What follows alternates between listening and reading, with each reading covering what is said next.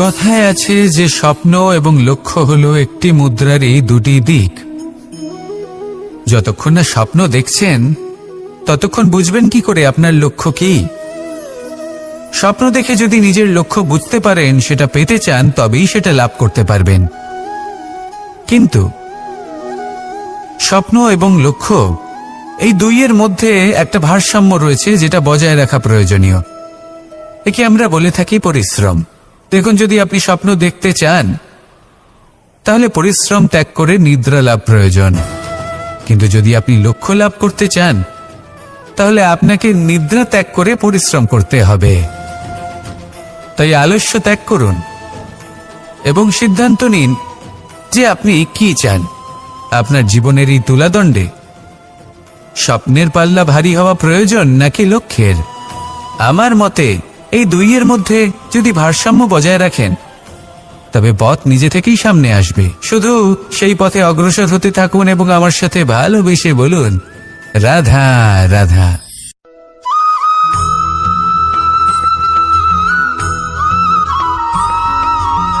সংসারে আমাদের জীবনে যখন কোনো সুখ বা দুঃখ আসে, তার জন্য আমরা কাউকে না কাউকে অবশ্যই দায়ী করে থাকি, তাই না? এই ব্যক্তি আমাদের সাথে এরকম কাজ করেছেন, তাই আমার সাথে এমন হলো। ওই ব্যক্তি যদি এমনটা না করতেন তাহলে আজ আমি ওই স্থানে পৌঁছতে পারতাম। সবই আপনার দৃষ্টিভঙ্গির উপর নির্ভরশীল। আর যদি আপনার দৃষ্টিভঙ্গি এমন হয় তাহলে তা অনুচিত। সত্যি কথা বলতে এই সংসারে ভিন্ন ভিন্ন ধরনের মানুষ আছে।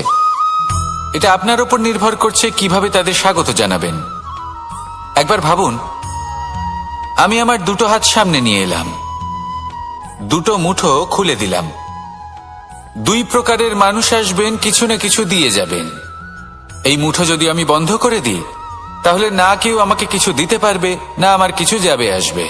নিশ্চয়ই বুঝতে পারছেন এই দুই ধরনের ব্যক্তি কারা এবং তারা কি দিয়ে যান। আমি যদি নিজের মুঠো খুলে দিই তাহলে কিছু ভালো মানুষ আসবেন, আমাকে আনন্দ, সন্তুষ্টি, জ্ঞান প্রদান করে যাবেন, ভালো অভিজ্ঞতা দিয়ে যাবেন। কোনো খারাপ ব্যক্তি যদি আসেন তাহলে তিনিও খারাপ অভিজ্ঞতা দেবেন, যার থেকে আমি শিক্ষা লাভ করব। এই সব কিছু আমি লাভ করতে পারি। মুঠো যদি বন্ধ করে রাখি তাহলে আমি কিছুই পাবো না। দেখুন, এই সংসারে প্রত্যেকের জীবনে এরকম। প্রত্যেকের জীবনে সবকিছুই আছে, ভালো খারাপ দুই মানুষই আছে। ভালো অভিজ্ঞতা আছে, খারাপ অভিজ্ঞতা আছে। নির্ভর করছে আপনার উপর যে আপনি কি করবেন, এনাদের স্বাগত কিভাবে জানাবেন, কার থেকে কি বুঝবেন, কি শিখতে পারবেন, আর কোন দৃষ্টিভঙ্গি নিয়ে অগ্রসর হবেন। এটাই নির্ধারণ করবে যে আপনার জীবন কেমন হবে। আসুন আমার সাথে ভালোবেসে বলুন, রাধা রাধা।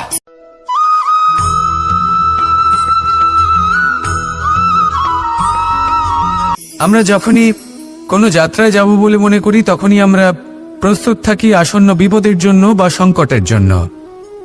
যেমন যদি আমাদের মনে হয় যে আজকের পরিবেশ খুব ঠান্ডা হবে তাহলে আমরা গরম বস্ত্র ধারণ করি বা সেটাকে সাথে নিয়ে যাই। যদি মনে হয় যে বৃষ্টি হতে পারে বা বৃষ্টি হয়ে চলেছে, আমরা দেখছি, তাহলে আমরা একটা ছাতা সাথে নিয়ে নিই। আমরা প্রস্তুত থাকতে চাই এবং এটাই উচিত, এবং সেই কারণেই আমরা যাত্রায় সাফল্য লাভ করি।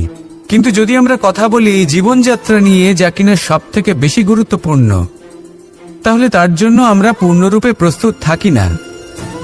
আশেপাশের মানুষ, এই সমাজ, আমাদের সাথী, আমাদের মিত্ররা যে কোনো মুহূর্তে বদলে যেতে পারেন। সেই জন্য আমরা নিজেদেরকে কখনো সাবধান করি না, কখনোই নিজেদের প্রস্তুত করি না। আমাদের এটা কখনোই মনে হয় না যে এরকম হতে পারে, আর সেই কারণেই শেষে গিয়ে আমরা অত্যন্ত দুঃখ পাই। একটা অমূল্য শিক্ষা আছে যেটা আমাদের লাভ করা উচিত, সতর্ক থাকা উচিত। এই জীবনযাত্রার জন্য শুধুমাত্র এই পরিবেশের বিষয়ে তথ্য সংগ্রহ করা বা তাকে অনুমান করা এটুকু হলেই চলবে না। আমাদের আশেপাশের মানুষজনকে দেখতে হবে, তাদের স্বভাব পরিস্থিতির ওপর নজর রাখতে হবে। যখন তারা রং পাল্টাচ্ছেন নজর রাখতে হবে, তা অত্যন্ত আবশ্যক। পরিবর্তন আপনার জীবনে অবশ্যম্ভাবী, সঠিকভাবে তার সম্মুখীন হন। আসুন আমার সাথে ভালোবেসে বলুন, রাধা রাধা।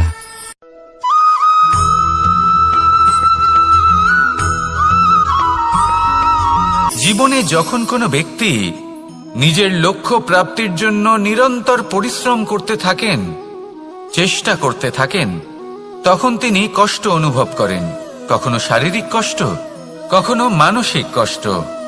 এবার উনি এটা ভাবতে থাকেন যে আমি কি উচিত করছি নাকি অনুচিত করছি। কারণ অন্যদিকে এমন একজন ব্যক্তিও আছেন যিনি একদমই পরিশ্রম চেষ্টা করছেন না। তিনি মদিরা পান করেন, বিলাসিতায় জীবন কাটান, অলস প্রকৃতির হয়ে ওঠেন, নিদ্রাতে বিলীন হয়ে থাকেন আর ভাবেন যে তিনি সুখ লাভ করছেন। কিন্তু এরকম কেন হয়? কারণ যখন আমরা সৎ পথে থাকি, উচিত পথে চলি, লক্ষ্য প্রাপ্ত করার জন্য চেষ্টা করতে থাকি, তখন আমাদের ভেতরে থাকা নেতিবাচক শক্তি এবং পাপ এই দেহকে ত্যাগ করে দেয়। আর এই অনুভূতিটাই আমাদের দুঃখের অনুভূতি দেয়, কষ্ট দেয়। এবার সেখানে যদি আমরা কুপথে চলি, অনুচিত পথে চলতে থাকি, তাহলে আমাদের ভেতরে থাকা পুণ্য এবং ধনাত্মক শক্তি আমাদের দেহ ত্যাগ করে দেয়। আর এই অনুভূতির কারণেই আমরা সুখ অনুভব করি। কিন্তু কখনো ভাববেন যে এই সুখ বেশি সময় পর্যন্ত থাকে না। সেই জন্য সবসময় মনে রাখবেন, যদি আপনি জানেন যে এটাই আপনার লক্ষ্য, এটাই উচিত পথ, শুভ পথ, তাতে নিরন্তরভাবে এগিয়ে যেতে চেষ্টা করতে থাকুন। এই কষ্ট আপনাকে সুখের পরাকাষ্ঠায় কখন পৌঁছে দেবে তা আপনি জানতেই পারবেন না। আসুন আমার সাথে ভালোবেসে বলুন, রাধা রাধা।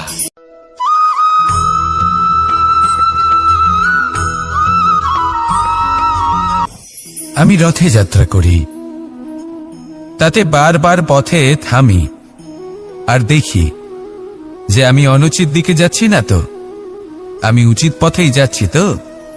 কারণটা কি? কারণ হলো যাতে আমি পথভ্রষ্ট না হয়ে যাই। জীবনযাত্রাতেও এটাই প্রয়োজন। জীবনযাত্রায় ভোগবিলাসের পথে হারিয়ে যাওয়া খুব সহজ।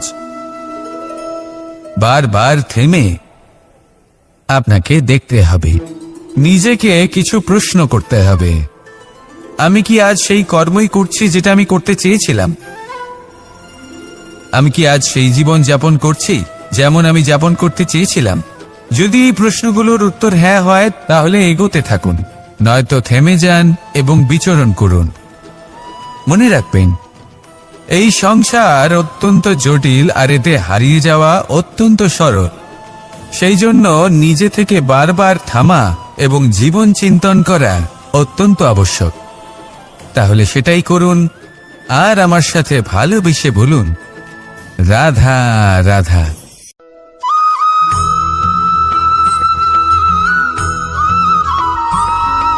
প্রত্যেক মানুষ নিজের জীবনে হীরক তথা হীরে এবং দর্পণ এই দুই দেখেছেন।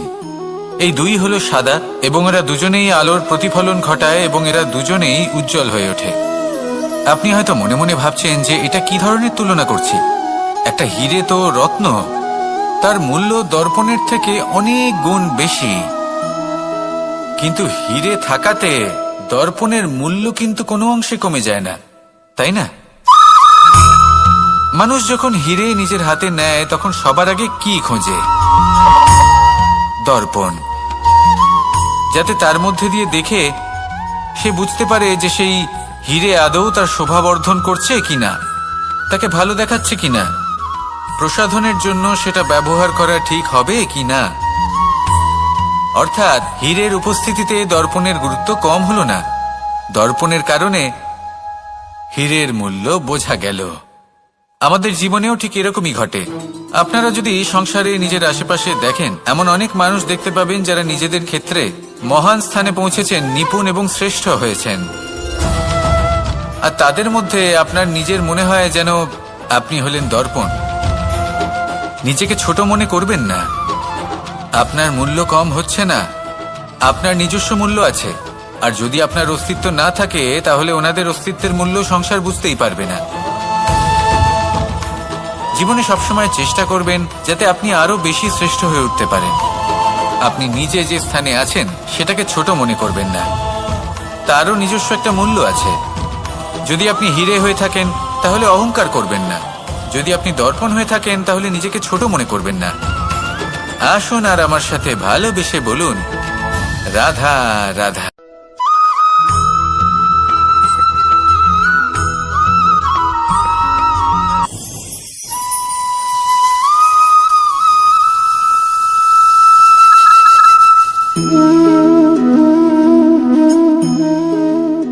মোহনের বাঁশির এই সুর, এই সঙ্গীত কার না পছন্দ হয়, সবারই খুব ভালো লাগে।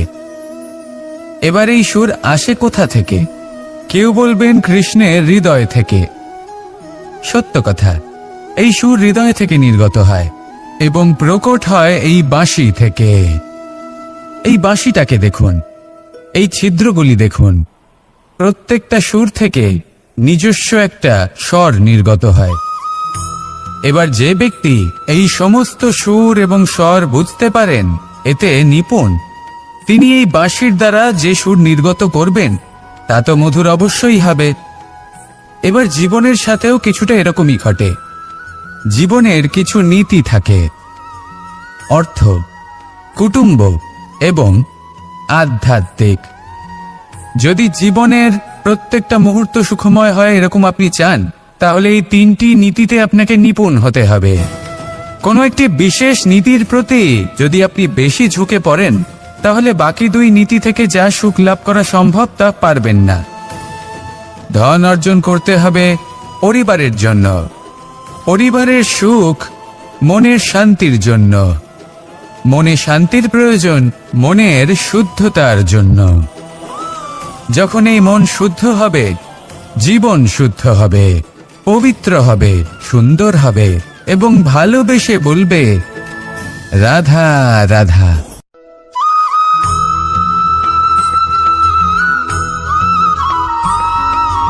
মানুষ জন্মগ্রহণ করে, তার সাথে ভয়েরও জন্ম হয়। ছোটবেলা থেকেই আমাদের মনে কোনো না কোনো প্রকারের ভয় থেকেই যায়। কেউ এই বিষয়ে ভয় পায় যে তার কোনো বস্তু তার থেকে দূরে চলে যাবে। কেউ এই বিষয়ে ভয় পায় যে আমি নিজেকে হারিয়ে ফেলব। কেউ এই ভেবে ভয় পায় যে আমার প্রিয়জনেরা তারা যেন আমার থেকে দূরে না চলে যায়। কেউ এই ভেবে ভয় পায় যে আমরা যেন পথ না হারিয়ে ফেলি, আদি ইত্যাদি। কিন্তু সত্যি কথা বলতে, ভেবে দেখুন এই ভয় বাস্তবে কি? শুধুই একটা মনস্থিতি, আর কিছুই নয়। যা কিছু আপনি জীবনে পেয়েছেন তা একদিন আপনাকে হারাতে হবে। এই জীবন হলো আপনারই, কিন্তু তাও একদিন সমাপ্ত হবে। তাই ভয় পেয়ে কি লাভ? এই ভয় শুধু আপনাকে জীবন যাপন করা থেকে বাধা দিচ্ছে, আর কিচ্ছু নয়। পথ হারিয়ে ফেললেই বুঝতে পারবেন যে নতুন পথ কিভাবে বানাতে হয়। কিছু মানুষকে জীবন থেকে হারালে তবেই আপনি বুঝবেন যে আপনার আপনজনকে। এই ভয়ের কারণে ভীত হয়ে থাকবেন না। এই তারা নক্ষত্র অন্ধকারের অভাবে গুরুত্ব হারায়। শিবকেও মহাদেব হওয়ার জন্য বিষপান করতে হয়েছিল। প্রত্যেক পরিস্থিতি, প্রত্যেক সাফল্য আপনার পরীক্ষা নেবে, তাতে উত্তীর্ণ হওয়া হলো আপনার কর্ম। যখনই আপনি ভয় পাবেন বা সংকটের সম্মুখীন হবেন, তখন সাহসের সাথে তার সম্মুখীন হন। মনে রাখবেন, যে সম্মুখীন হতে জানে সাফল্য তার সাথে সবসময় থাকে। আসুন আর আমার সাথে ভালোবেসে বলুন, রাধা রাধা।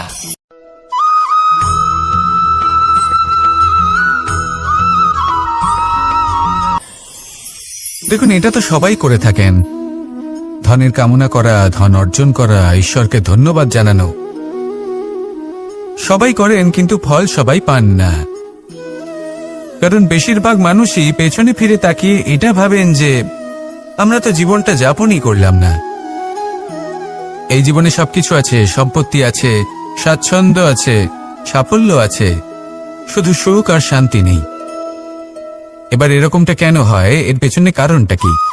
কারণ হলো এটাই যে জীবনে বাঁচার যে বিধি আপনি নির্বাচন করেছেন তা কিছুটা অনুচিত। জীবনে কিভাবে বাঁচা উচিত, জীবনযাপন কিছুটা রীতি মেনে করা উচিত। অর্থাৎ সবাইকে ভালোবাসুন, কারোর সাথে ছলনা করবেন না, সম্পর্ক গড়ে তুলুন, তা পালন করুন। যদি ধন অর্জন করতে চান তাহলে নীতি মেনে করুন, ভেবেচিন্তে পরিকল্পনা করে। আবার বলবো, কারোর সাথে কোনো ছলনা নয়, কোনো অনুচিত কর্ম করবেন না ধন অর্জন করার জন্য। আর যদি ঈশ্বরকে ধন্যবাদ জানাতে চান তাহলে প্রীতি দ্বারা করুন। আর যে ব্যক্তি রীতি, নীতি আর প্রীতি এই তিনটি ভাব বুঝে উঠতে পারে এবং তা আত্মসাৎ করে নিতে পারে, তার অতীত, ভবিষ্যৎ এবং বর্তমানকাল সবকিছু সংযত হয়।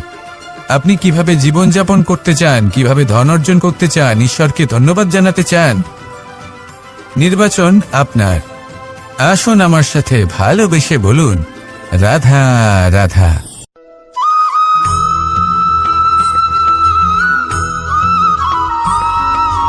এই সংসারে সবথেকে বেশি কোমল বস্তু হলো রেশম। এই রেশম এতটাই কোমল হয় যে এর পুরো একটা থান শুধুমাত্র একটা হাতে ধরা সম্ভব।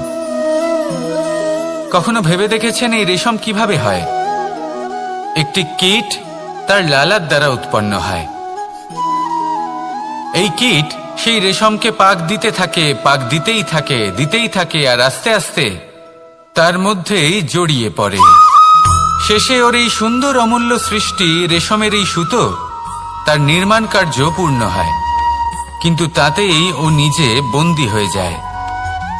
নিজেরই মায়াজালের এই বন্দী গৃহে নিজেই ফেঁসে যায়। এবার এই সুতোকে ব্যবহারযোগ্য করে তোলার জন্য এই কীটগুলিকে এই কবচের সাথেই ফুটন্ত জলে ফেলে দেওয়া হয়। এই সংসারে যদি আমাদের স্বপ্ন এই সংসারের দুঃখ হরণ করার জন্য, এই সংসারে সুখ বিতরণ করার জন্য হয়, তবেই আমাদের প্রগতি সম্ভব। যদি আমাদের এই স্বপ্ন শুধুই আমাদের এবং আমাদের স্বার্থ সিদ্ধির জন্য হয়, তাহলে এই স্বপ্ন আমাদের অন্ধ করে দেবে, আমাদের অন্ধকারের পথে নিয়ে যাবে, আর আমরাও সেই কীটের মতো হয়ে যাব। নিজেদেরই মায়াজালে আমরা নিজেই ফেঁসে যাব, আর শেষে আমরা যদি কিছু লাভ করি তা হবে একাকিত্ব, অন্ধকারময় মৃত্যু। তাই স্বপ্ন অবশ্যই দেখুন, কিন্তু এমন ভাবে স্বপ্ন দেখবেন না যে তার এই বন্দিগৃহে আপনি নিজেই ফেঁসে গেলেন। স্বপ্ন দেখুন পরোপকারের, পরমার্থের, সবাইকে উদ্ধারের, অন্ধকারের নয়। তবেই কল্যাণ হবে, আর তবেই এই হৃদয় প্রসন্ন হয়ে বলবে, রাধা রাধা।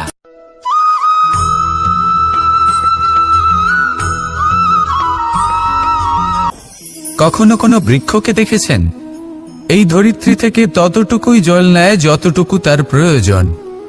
কোনো প্রাণীকে দেখুন, এই প্রকৃতি থেকে ততটুকুই খাবার গ্রহণ করবে যতটুকু তার খিদে রয়েছে। খিদে মিটে গেলে আর খাবে না। এবার মনুষ্যকে দেখুন, সে নিজের জীবনে যা কিছু পেয়েছে, বস্তু, ধন, খাবার, শক্তি, প্রয়োজনের থেকে অনেক বেশি লাভ করার চেষ্টা করে থাকে। প্রয়োজনের থেকে বেশি যদি পেয়েও যায় তাহলেও তার কম মনে হয়। এবার এরকম ঠিক কেন হয়? এর পেছনের কারণ কি? কারণ হলো লোভ। লোভের আগুন কিছু এমন হয়, যদি মানুষের মনে একবার প্রজ্বলিত হয় তাহলে শুধু বাড়তেই থাকে। ততক্ষণ বাড়বে যতক্ষণ না আপনি নিজে তাকে বাধা দিচ্ছেন। তবে এই লোভের আগুন নিয়ন্ত্রণ করা সম্ভব। পরিমিতিবোধ, পরিমিতিবোধের চিন্তা। আপনাকে শুধু নিজেকে একটা সরল প্রশ্ন করতে হবে।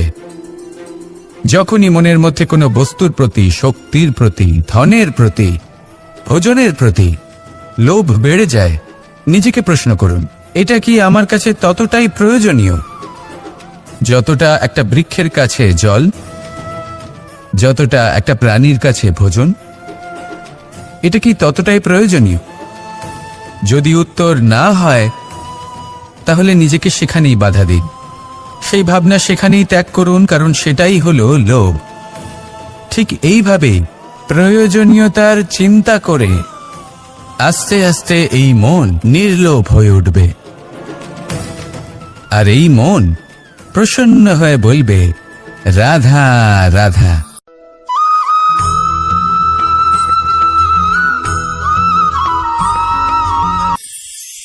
মানুষ যখনই কোনো কাজ করেন তখন ওনার মনে একটা প্রশ্ন অবশ্যই আসে, যে এই কাজের পরে লোকে নিন্দা করবে নাকি প্রশংসা করবে। এই বিষয়ে ভাবতে ভাবতে ওনারা এটা বুঝতে ভুলে যান যে নিন্দা এবং প্রশংসার বিষয়ে ভেবে ওনারা নিজেদের একাগ্রতা এবং সমর্পণ দুটোই হারিয়ে ফেলেন। নিন্দা হবে ভেবে ভয় পাওয়ার কি প্রয়োজন? নিন্দাতে অনুচিত কি আছে? উচিত দৃষ্টিভঙ্গি দিয়ে ভেবে দেখুন। নিন্দা এবং প্রশংসা এই দুটোই হলো অনিবার্য। নিন্দা যখনই হয় তখন যে যাই বলুক না কেন, আপনি একটা সুযোগ লাভ করেন, একটা সুযোগ নিজের ভুল বুঝতে পারার, সেটা শুধরে নিতে পারেন, নিজের পথ বদলে নিতে পারেন আর সাফল্যের পথে অগ্রসর হতে পারেন। একটা শিক্ষা পাওয়া যায় এই নিন্দা দ্বারা। আর যখন প্রশংসা লাভ হয় তখন আমাদের মন আনন্দে ভরে ওঠে।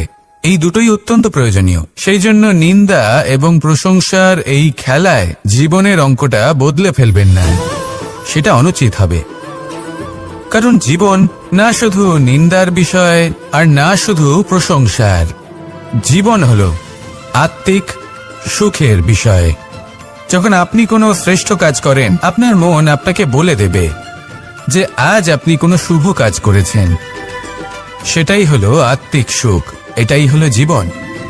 তাই নিন্দার মাধ্যমে যে দুঃখ জীবনে আসে বা ফেলে আসা অতীতের জন্য আপনার জীবনে যে দুঃখ আসে, সেগুলো ভাবা বন্ধ করে দিন আর কর্ম করুন এই বর্তমানের জন্য, আগামী ভবিষ্যতের জন্য। আসুন আমার সাথে ভালোবেসে বলুন, রাধা রাধা।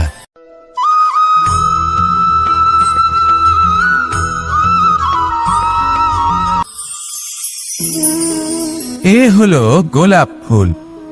একে আমরা সকলেই চিনি। সমগ্র সংসার ভালোবাসে এই পুষ্পকে। এই ফুল দেখতেও সুন্দর। সবথেকে বেশি গুরুত্বপূর্ণ কথা হলো এর সুগন্ধ, যা দূর দূরান্ত থেকে ব্যক্তিদেরকে আকৃষ্ট করে। এই সুন্দর পুষ্প একটু মন দিয়ে দেখলেই দেখা যায় এর নিচে কাঁটা রয়েছে। এই সংসার বলে, এ প্রকৃতির কেমন রচনা, এত কোমল পুষ্প, এটা কি তীক্ষ্ণ কাঁটা সহ প্রস্ফুটিত হয়? এটাই হলো জীবনের সত্য। আমাদের অন্তরের সদ্গুণ, সেগুলিও এই ফুলের মতোই সুন্দর। সংসারের সৌন্দর্য দেখতে পায়, এর সুগন্ধ চতুর্দিকে ছড়িয়ে পড়ে। কিন্তু এই সদ্গুণ জাগ্রত করে তোলার জন্য কঠোর পরিশ্রম করতে হয়, প্রতিনিয়ত চেষ্টা করে যেতে হয়। তাই জন্য যদি আপনি জানেন আপনার পথ উচিত কিন্তু তা কাঁটায় পরিপূর্ণ, তাহলে থামবেন না, চলতে থাকুন। একবার যদি অন্তরের সদ্গুণ জাগ্রত হয়, তাহলে এই সংসার এই সৌন্দর্য দেখবে আর সুগন্ধে আকর্ষিত হয়ে আপনার কাছে আসবে। এই মন, এই জীবন প্রসন্ন হয়ে বলবে, রাধা রাধা।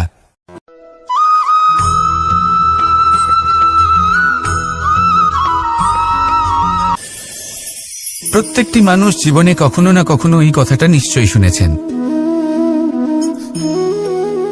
যে ভাগ্যের থেকে বেশি আর সময়ের পূর্বে কিছুই পাওয়া যায় না। আর এটা সত্যিও বটে, কিন্তু এর থেকেও বড় একটা সত্যি আছে, আর সেটা হলো যে আপনি নিজেই নিজের ভাগ্য রচনা করতে পারেন নিজের কর্মের দ্বারা। যেমন ধরুন, যদি আপনার ভাগ্যে কোনো জিনিস না থাকে তাহলে সেটা এসেও চলে যাবে, আর যদি ভাগ্যে কিছু থাকে তাহলে তা নিজেই আসবে, যদি আপনি সেই কর্ম করেন। যেমন ধরুন পাণ্ডবরা, ওনাদের জীবন কি ছিল, ওনাদের সাথে কি হয়েছিল? ওনাদের পিতা বনবাসী হয়েছিলেন, অকাল মৃত্যু লাভ করেছিলেন।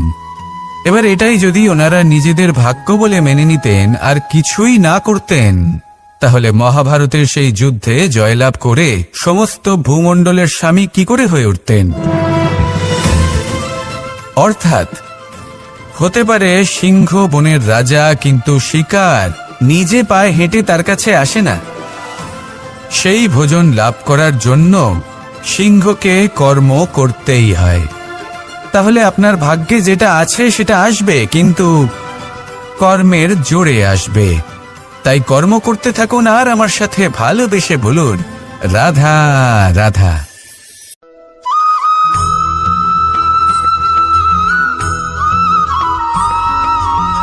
জীবন হলো আত্মিক সুখের বিষয়। যখন আপনি কোনো শ্রেষ্ঠ কাজ করেন, আপনার মন আপনাকে বলে দেবে যে আজ আপনি কোনো শুভ কাজ করেছেন। সেটাই হলো আত্মিক সুখ, এটাই হলো জীবন। তাই নিন্দার মাধ্যমে যে দুঃখ জীবনে আসে বা ফেলে আসা অতীতের জন্য আপনার জীবনে যে দুঃখ আসে, সেগুলো ভাবা বন্ধ করে দিন আর কর্ম করুন এই বর্তমানের জন্য, আগামী ভবিষ্যতের জন্য। আজ আপনাকে আমি একটা কাহিনী শোনাবো। রাধার সখী ললিতা একদিন প্রসাধন করছিল। ও দর্পণে নিজেকে দেখল, আর তখন ওর প্রসাধন ওর ভালো লাগলো না। ও বারংবার নিজের প্রসাধন বদলাতে থাকলো আর দর্পণের দিকে তাকালো। কখনো ফুল বদলালো, কখনো বস্ত্র বদলালো, কখনো আভূষণ বদলালো, কিন্তু কিছুতেই নিজের প্রসাধন ওর ভালো লাগলো না। ওর মনে হতে লাগলো যেন ওর রূপ ওকে ত্যাগ করেছে। ও এই কথা রাধাকে বলল। রাধা ওই দর্পণের দিকে তাকালো, একটা বস্ত্র নিল আর সেই দর্পণকে স্বচ্ছ করে তুলল। তারপর ললিতা ওই দর্পণের দিকে তাকালো আর ও নিজের উদ্ভাসিত রূপ দেখতে পেল, নিজের সৌন্দর্য দেখতে পেল। তাৎপর্য মালিন্য দর্পণে ছিল, তার রূপে নয়। ঠিক সেইভাবেই এই দর্পণের মতোই হলো আমাদের মন। যদি এতে মালিন্য থাকে তাহলে এই সংসারের সবকিছুই মলিন বলে মনে হবে। আপনি যদি এই সংসারের সৌন্দর্য দেখতে চান, এই সংসারে শুভ কি সেটা জানতে চান, তাহলে নিজের মনকে স্বচ্ছ করে তুলুন। আসুন আমার সাথে ভালোবেসে বলুন রাধা রাধা।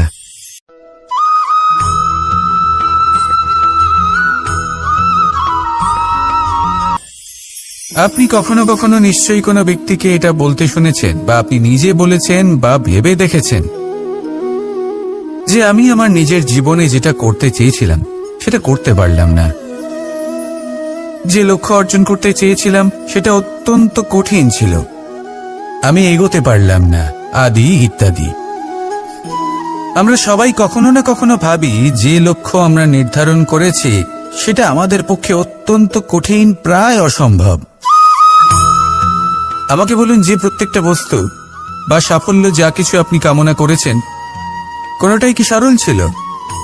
নির্বাচনের সময় সেটা সরল ছিল না, সেই জন্যই আপনি সেই লক্ষ্যটা নির্বাচন করেছেন। কারণ সংসারের যে কোনো বস্তু বা কোনো সাফল্য যদি খুব সহজে পাওয়া যায় বা কম চেষ্টা করেই লাভ করা যায়, সেটা আমাদের ততটা সন্তুষ্ট করে না। সেই জন্য আমরা জেনে বুঝেই কঠিন লক্ষ্য নির্বাচন করি, কারণ সেই লক্ষ্য আমাদের প্রতিস্পর্ধা এবং সংঘর্ষের সম্মুখীন করে, যা সম্মুখীন হয় অগ্রসর হওয়ার পরে আমরা আরো বেশি শ্রেষ্ঠ হয়ে উঠি। সেই জন্য কিছু অসম্ভব কিনা সেই বিষয় চিন্তা করবেন না, শুধু অগ্রসর হতে থাকুন, নিজের কর্ম করুন, সেই লক্ষ্যকে প্রাপ্ত করুন আর আমার সাথে ভালোবেসে বলুন রাধা রাধা।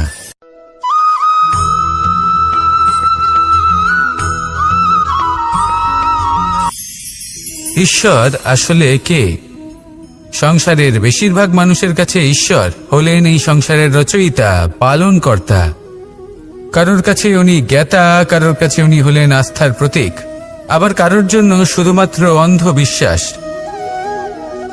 কিন্তু এই ঈশ্বর কি কোনো শরীর, নাকি একটা বোধ, নাকি শুধুই শ্রদ্ধা? ঈশ্বর হলেন তিনি যিনি হলেন আপনার ইষ্ট। সেই জন্যই তো গুরু, মাতা, পিতা এনাদেরও ঈশ্বরই বলা হয়েছে।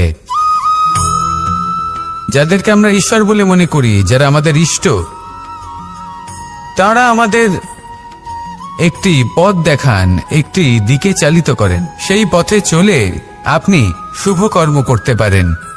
আর যখন কোনো ব্যক্তি তার ঈশ্বরের আদেশ পালন করেন, তখন সে নিজে থেকেই শুভ পথে অগ্রসর হয়ে যান। বেশ কয়েকজন মানুষ ঈশ্বরের ওপর আস্থা রাখেন এবং ভাবেন যে অনুচিত কোনো কাজ করা উচিত নয়, ঈশ্বর দেখছেন। ওনারা ভয় পান যে কোনো অনুচিত কর্ম করলে কে জানে তার পরিণাম কি হবে। এমন অনেক ব্যক্তি রয়েছেন যারা ঈশ্বরকে বিশ্বাস করেন এবং জানেন যে ঈশ্বর তাদেরকে দেখছেন, তাই যে যে শুভকর্ম ওনারা করেছেন তার ফল তারা অবশ্যই পাবেন। এবার আপনি ভয় পেয়ে ঈশ্বরকে বিশ্বাস করবেন নাকি বিশ্বাসের দ্বারা ঈশ্বরকে বিশ্বাস করবেন, সেই সিদ্ধান্ত আপনারই। কিন্তু হ্যাঁ, যদি আপনার মনে ঈশ্বরের জন্য কোনো স্থান থাকে, যদি আপনার কোনো ইষ্ট থাকেন, যদি আপনি কাউকে ঈশ্বর মনে করেন যার প্রত্যেক আদেশ আপনি পালন করে থাকেন, তাহলে বলি ঈশ্বর কখনো আপনাকে অনুচিত পথে চালিত করবেন না। আসুন আমার সাথে ভালোবেসে বলুন, রাধা রাধা।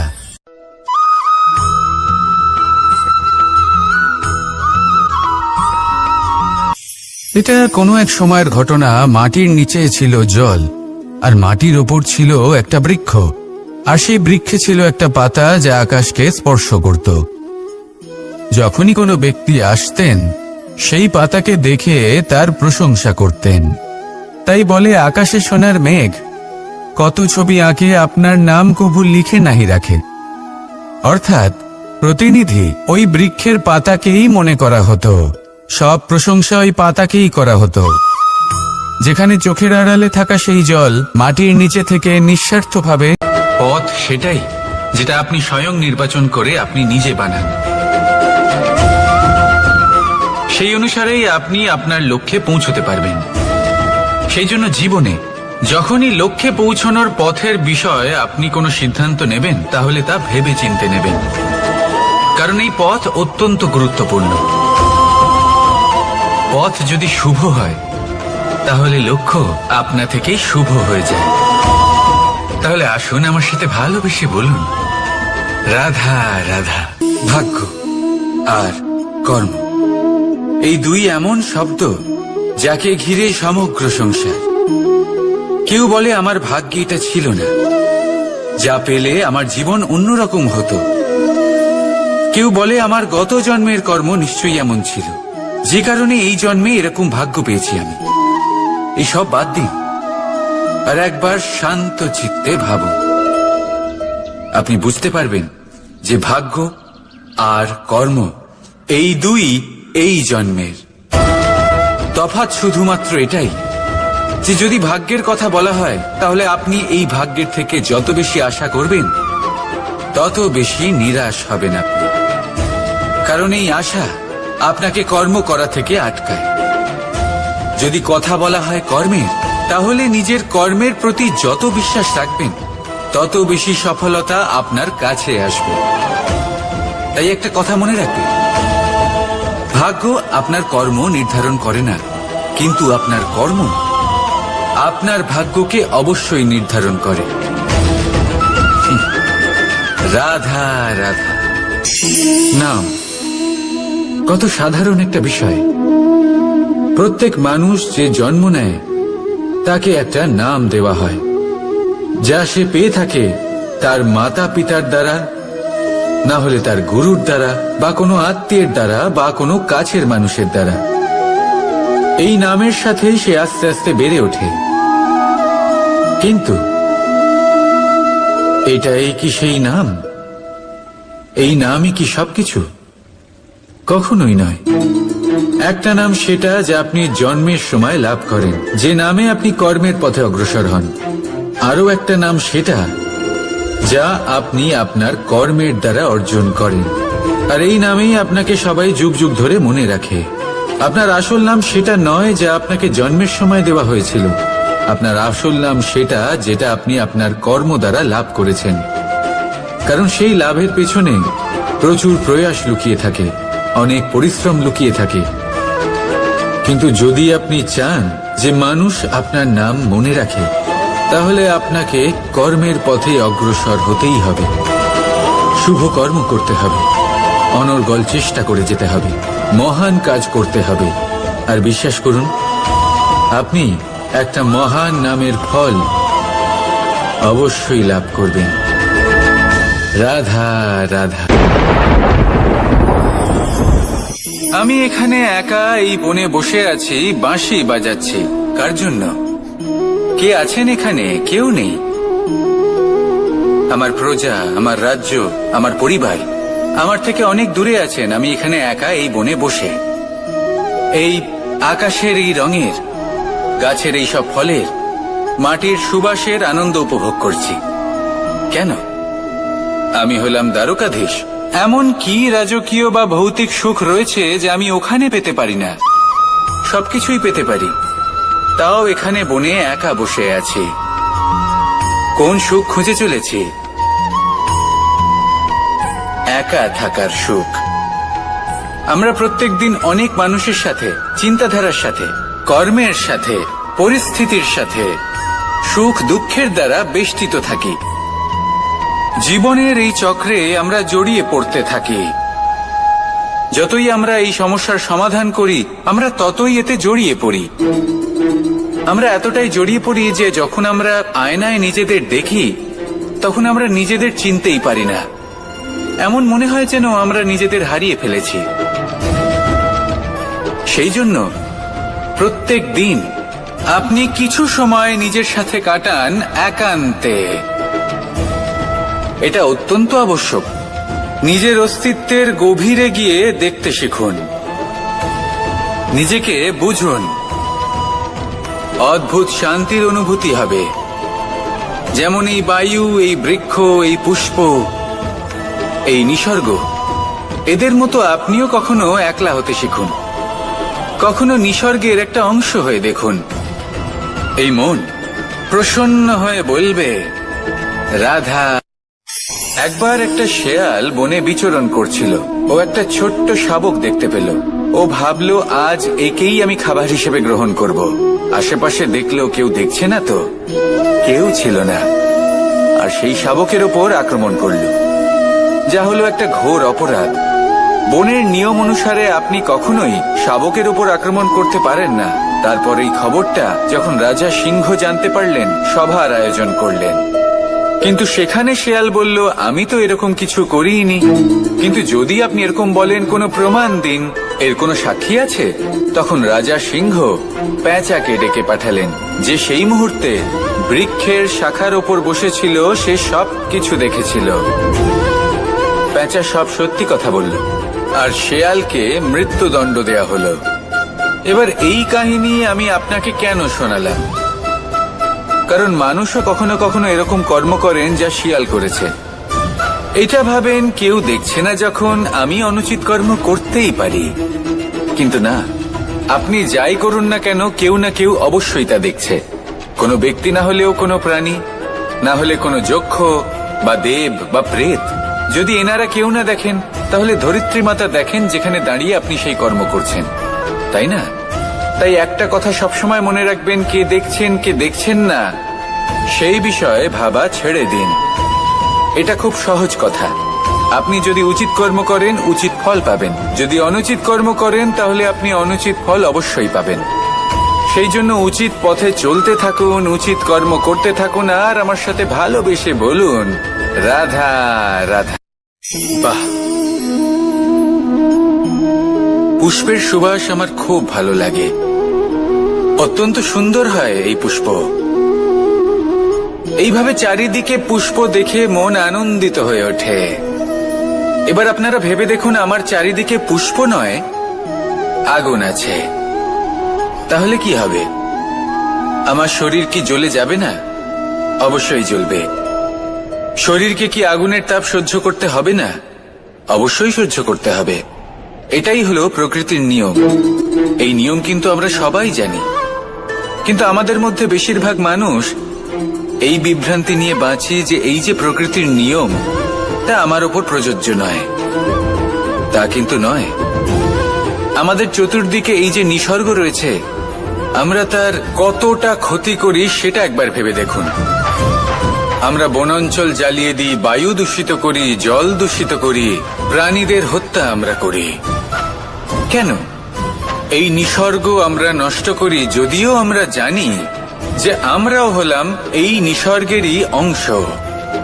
এবার দেখুন, শরীরের কোনো অংশে যদি আগুন ধরান, আস্তে আস্তে সমস্ত শরীরও জ্বলে যাবে। সেইভাবেই নিসর্গ যদি নষ্ট হয়ে যায়, তাহলে মনুষ্য জাতিও নষ্ট হয়ে যাবে। তাই এই যে নিসর্গ আপনি দেখছেন, এই পুষ্প, এই বৃক্ষ, বায়ু, জল, এদের সকলকে রক্ষা করুন।